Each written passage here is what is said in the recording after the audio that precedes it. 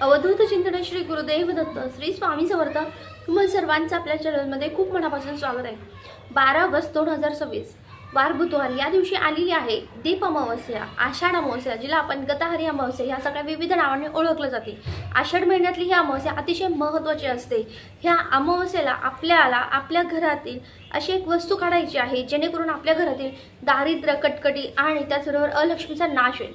त्याचबरोबर आपल्या घरात माता लक्ष्मी प्रसन्न होण्यासाठी, माता लक्ष्मीच्या प्राप्तीसाठी, आपल्याला लक्ष्मी प्राप्तीसाठी काही सेवा पण करायच्या आहेत, उपाय पण करायचे आहेत. अमावस्येचे काही उपाय आहेत ते आपल्या घरात आवर्जून झालेच पाहिजे, कारण घरातील चिडचिड, कटकटी हे निघून जाण्यासाठी हे उपाय आपल्या घरात करायलाच पाहिजे. महिलांनो, तर चला व्हिडिओला सुरुवात करते. सर्वात प्रथम अमावस्या ही 12 तारखेला असणार आहे. संपूर्ण दिवसभर अमावस्या असल्यामुळे आपल्याला सकाळी उठल्याबरोबर तांब्याचा तांब्या असतो, त्यामध्ये पाणी घ्यायचं आहे. त्यामध्ये काळे तीळ टाकून सूर्यनारायणाला, उगवत्या सूर्यनारायणाला आपल्याला अर्घ्य द्यायचं आहे. अर्घ्य दिल्यानंतर आपल्याला अर्घ्य द्यायचं आहे. आपल्या घरातील दरवाजा स्वच्छ पुसायचा आहे, उंबरठा स्वच्छ पुसायचा आहे. उंबरठ्यावर आपल्याला थोडंसं गोमूत्र टाकून, पाणी टाकून, आता पाणी कोणतं टाकायचं, आपल्या देवघरात जे रात्रभर ठेवलेलं पाणी असतं ते टाकायचं. उंबरठा स्वच्छ पुसून घ्यायचा. हळद घ्यायची, त्यामध्ये थोडंसं गंगाजल, थोडंसं गोमूत्र टाकून आपल्याला त्याचा उंबरठ्याला हळदीचं लेपन करायचं आहे. दरवाजा स्वच्छ पुसलेला असेल आपण तर त्या दरवाजाला आपण स्वस्तिक काढायचं आहे, त्याची पूजा करायची आहे. आता ह्याच्यानंतर आपल्याला काय करायचं आहे, आपल्या घरातील जी फरशी आहे ह्या दिवशी फरशी पुसायची आहे. घरामध्ये फरशी पुसताना पाण्यात खड्याचं मीठ, तुम्ही गोमूत्र टाकायचं आहे, हे टाकून आपल्याला फरशी स्वच्छ पुसायची आहे. ह्या झाल्या सगळ्या काही सेवा. पण आपलं किचन कसं असायला पाहिजे, किचन एकदम स्वच्छ असायला पाहिजे. किचनमध्ये आपण काय म्हणतो नेहमी की आपल्या तिथे अन्नपूर्णा मातेचा वास असतो, अग्नीच्या साक्षीने आपण जेवण बनवत असतो. ह्यामुळे आपल्या किचनसुद्धा अतिशय स्वच्छ पाहिजे.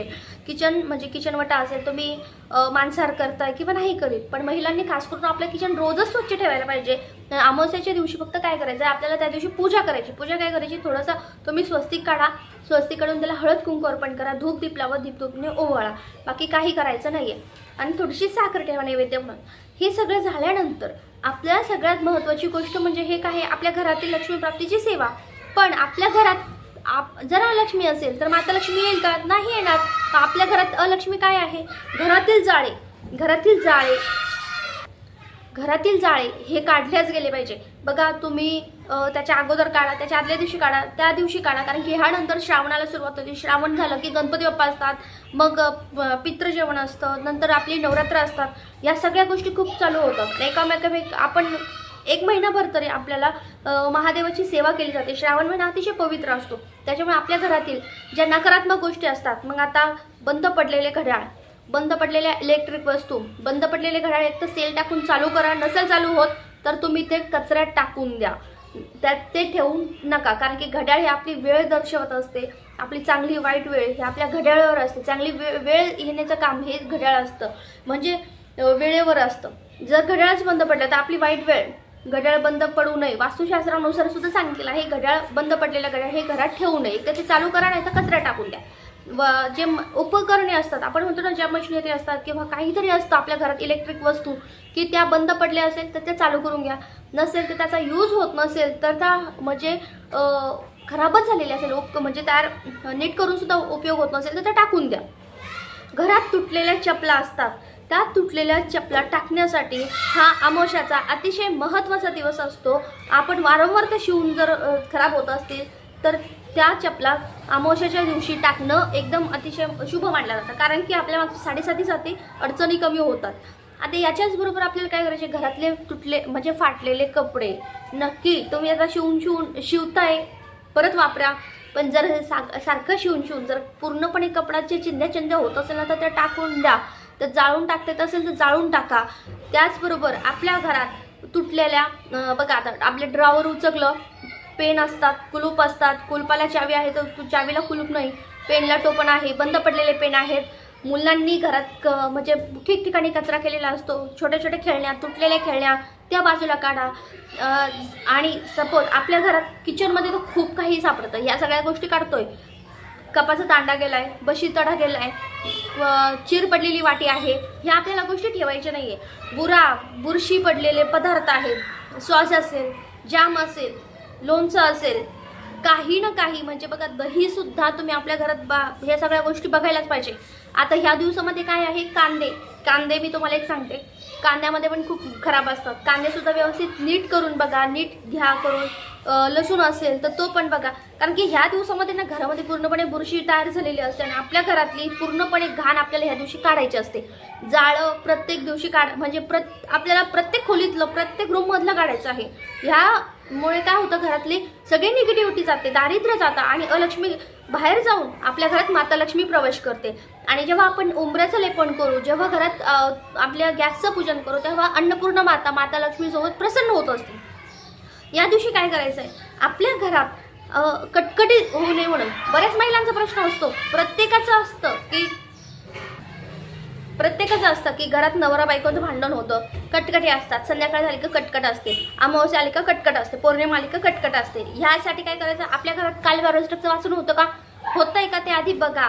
नसेल होत तर आपल्याला अमावस्याच्या दिवशी आपल्या घरात कालभैरवाष्टक वाचायचे. कसं वाचायचंय, महाराजांची उदी तुम्ही केंद्रातली आणा किंवा आपल्या घरातली सेवा करतो ती उदी घ्यायची, थोड्याशा पिवळ्या मोहरी घ्यायच्यात, उजव्या हातात धरून कालभैरवाष्टक 11 वेळा म्हणायचं आणि ते म्हणून झाल्यानंतर घरात चहुफेर फेकायचं आहे.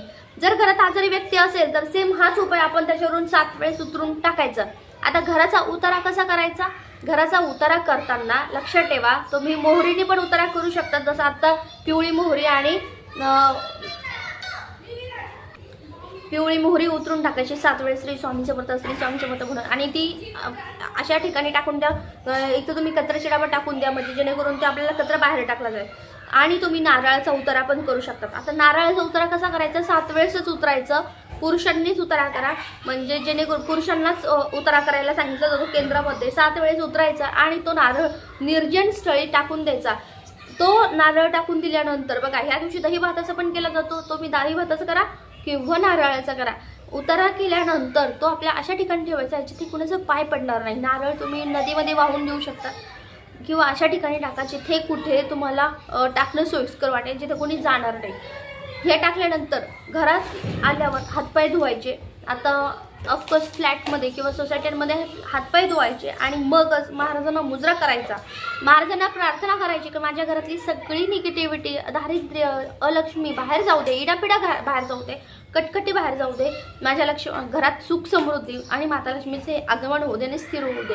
बघा, घरात सुख शांती खूप महत्त्वाची असते. आपल्या घरात आपण म्हणतो गॅलरी आहे, घरात आहे, देवघर आहे, खूप घाण असते.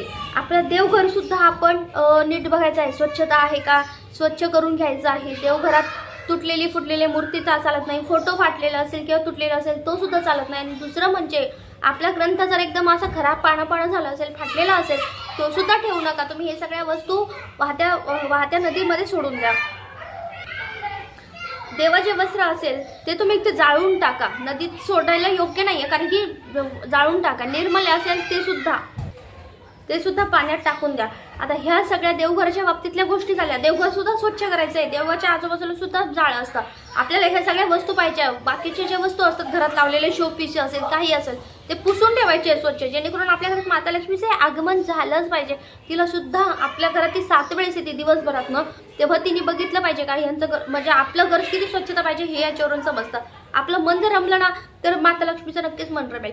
ह्या दिवशी आपल्या घरात किचनमध्ये दिवा लागलाच गेला पाहिजे. पितरांसाठी आपल्या दक्षिणेकडे उंबरठ्याच्या बाहेर दिवा लावायचाच आहे. हे काय आहे की पितरांसाठीची सेवा. अमावस्येच्या दिवशी आपण जेव्हा सकाळी उठू, सूर्यनारायणाला पाणी घालायच्या अगोदर आपल्याला सकाळी पितृबाह्य सुक्त जे आहे त्याचं पठण करायचं आहे. हे कशाची सेवा आहे, पितरांची सेवा. एका दिवशी आपल्याला हे सगळ्या सेवा करायच्या आहे आणि घरातली दारिद्र्य सुद्धा काढायचं आहे, जेणेकरून आपल्या घरात माता लक्ष्मीचा वास होईल.